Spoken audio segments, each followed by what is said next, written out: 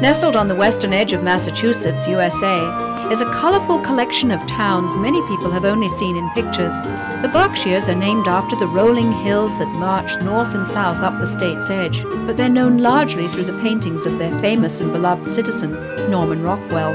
Today, this area is a favorite getaway for folks from nearby New York City and Boston, and it's got a concentration of award-winning restaurants that rivals these world-class cities. Why not take a culinary tour of the Berkshires, starting with a cozy breakfast and ending with an elegant feast?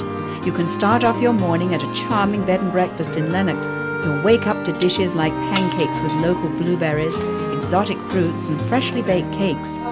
Innkeeper Billy McLaughlin always slips in something extra special, like these tasty Parmesan poached eggs. This century home is typical of the area, cozy and welcoming, with an understated elegance.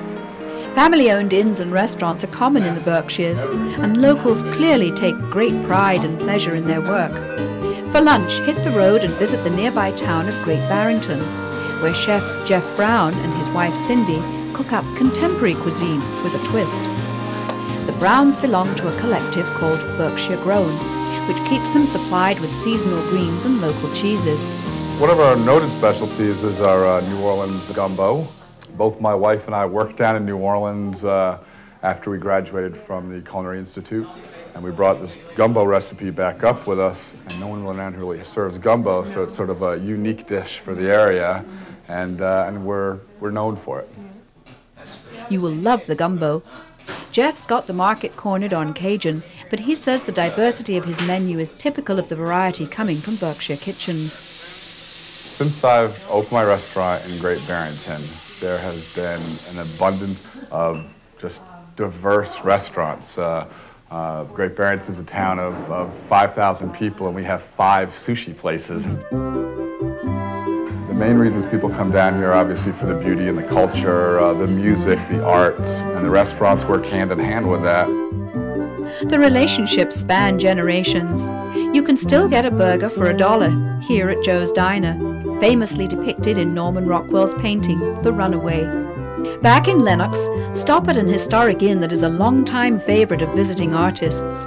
Boston Pop's conductor, Arthur Fiedler, stayed here so many times this suite is named in his memory. The restaurant here has been drawing them in for decades. Before dinner, the innkeeper will tour you through his award-winning wine cellar, where he stocks almost 300 types of wine. This was called Capo di Stato, means head of state, because the first year that they did the grape, Charles de Gaulle went to Italy, and they offered to him this wine, and he loved it. So in his honor, they called Capo di Stato.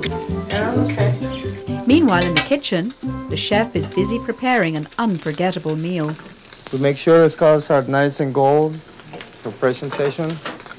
Mixed greens are several kinds of lettuce. We're gonna drop it here in the hot oil very quickly. But we're trying a new concept here, things that people usually don't get to do at home. So when they come here, they get to try something different. And this seems to be ready to be placed. And we're just gonna place the scallops like this. Voila, see scallops with blueberry vinaigrette and fresh vegetables. Every day we have to come out with different dishes, different fish. We make our own pastas here. Everything is basically done the old-fashioned way from scratch. Your culinary tour ends the way it started. Wonderful atmosphere, good company, and terrific food. One thing's certain, if you're going to the Berkshires, you can leave your cares behind, but you'd better make sure you bring along your appetite. For more information on today's destinations, visit our website on topoftheworld.net.